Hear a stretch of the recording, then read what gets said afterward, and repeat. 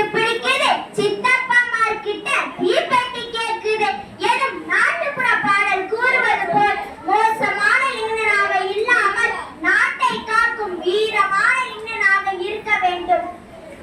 நெகிழிகளை நாம் அழிக்கவில்லை என்றால் அது நம் தலைமுறையை அழிக்கும் என்பதில் கவனம் செலுத்த வேண்டும்.